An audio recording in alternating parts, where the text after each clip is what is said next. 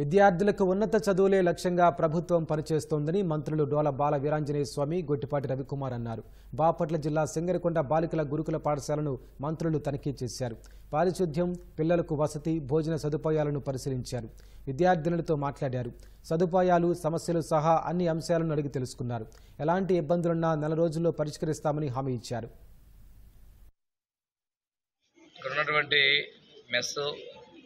భోజనం చేసాం. మేమైతే సంతృప్తి వ్యక్తపరుస్తా ఉన్నాం.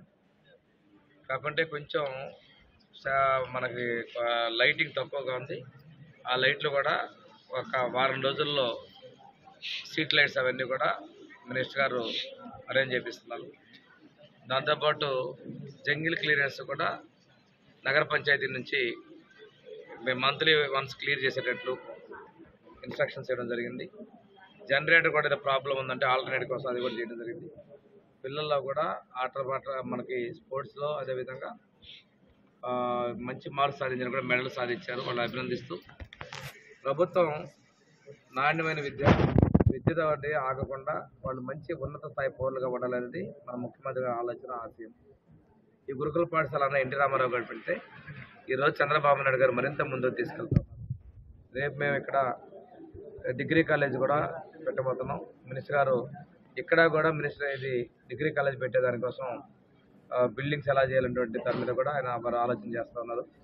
ఇంటర్మీడియట్ అయిన తర్వాత పెళ్లిళ్ళు అలాంటి పరిస్థితులు కాకుండా మంచి ఉన్నత విద్యలు చదువుకోవాలి, జీవితంలో స్థిరపడాలి.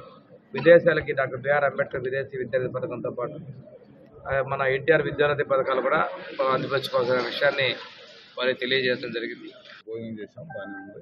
ఇందాక మంత్రి గారు చెప్పినట్టు కొన్ని సమస్యలు ఉన్నాయి, అన్ని తొందరగా చేయాలి. గుళ్ళకి మంచి వాటర్ ఒకటి అడిగారు, షెడ్ ఒకటి అడిగారు వేసి పెట్టమని చెప్పి.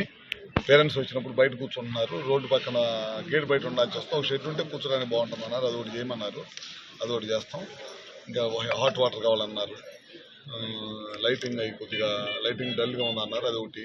శుభ్రంగా జంగిల్ క్లియరెన్స్ చేయాలి, మొత్తం దోమలు ఉన్నాయి, ఇవన్నీ చేయాలి. ఇవన్నీ శుభ్రమైన వాతావరణంలో పిల్లలందరూ కూడా బాగా చదువుకొని మంచి ఉన్నతమైన స్థానాలకు వెళ్ళాలనేదే ఈ ప్రభుత్వం ఒక ఆకాంక్ష.